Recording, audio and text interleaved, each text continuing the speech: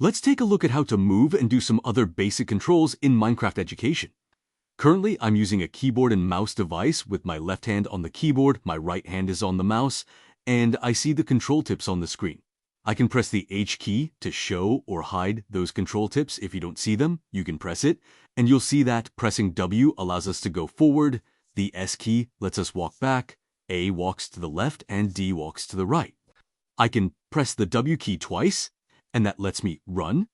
And now this allows us to physically move around in the game. And you can combine your W, A, S, and D keys to move in different diagonals and directions.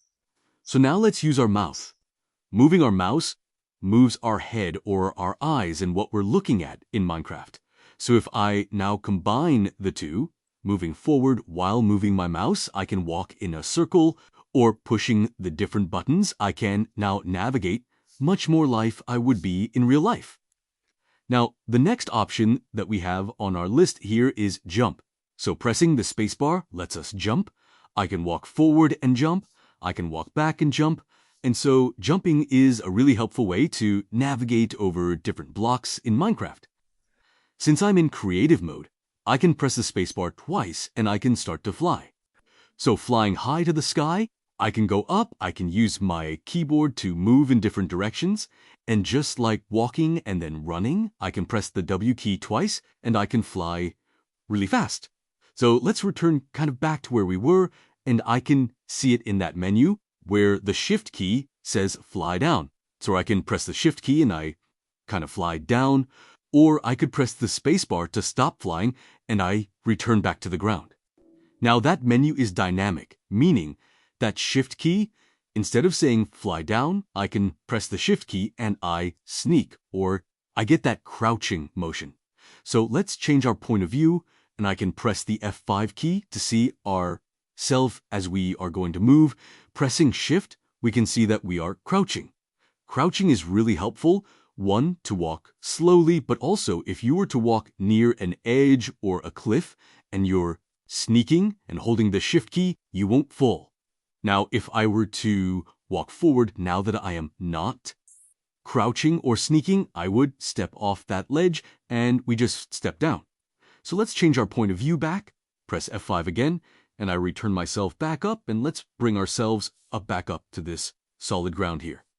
Now, the next item in our list is inventory. E for inventory, or think of it as your everything-tory. So pressing E opens up our inventory, and I see all these different items. I'm going to use my mouse to select these oak planks. I just clicked it, and I come down to our hotbar, these empty squares at the bottom, and I click again, and it just places blocks. I can scroll through and see all kinds of different blocks here, but I'm going to select this red concrete, and I'm going to click it again, and click our hotbar space down here at the bottom, and I just place those. Or I could hold down Shift, and as I select the blue concrete, it automatically drops it in. If I wanted to return a block into our inventory, I can just click and drag it back up wherever and it returns. Or if I wanted to press Shift, it'll automatically return it as well. So I'm going to return those red and blue concrete blocks. And if you need more spaces than your hotbar down here at the bottom, you can change your different views of seeing the inventory and your inventory here in your hotbar, or just seeing what you're carrying. So I can press the X key on inventory to close that, or pressing the escape key will also close your inventory. And you'll notice in the hotbar, there's the numbers above those little squares, that hotbar, and pressing those numbers on your keyboard will let you cycle through the different options that you can place. If you have a mouse with a scroll wheel, you can scroll that and it'll also let you pick which one you have in your hand. So as I move my mouse around, that crosshair that's in the center of your screen, that's what you're focusing on.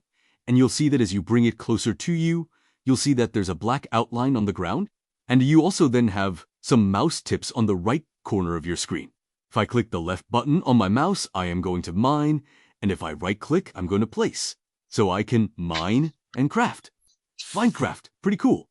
And if I select another block there, I can place that above it, and even select other ones to the side. So Placing blocks is a lot of fun and pretty easy to break and mine different blocks there.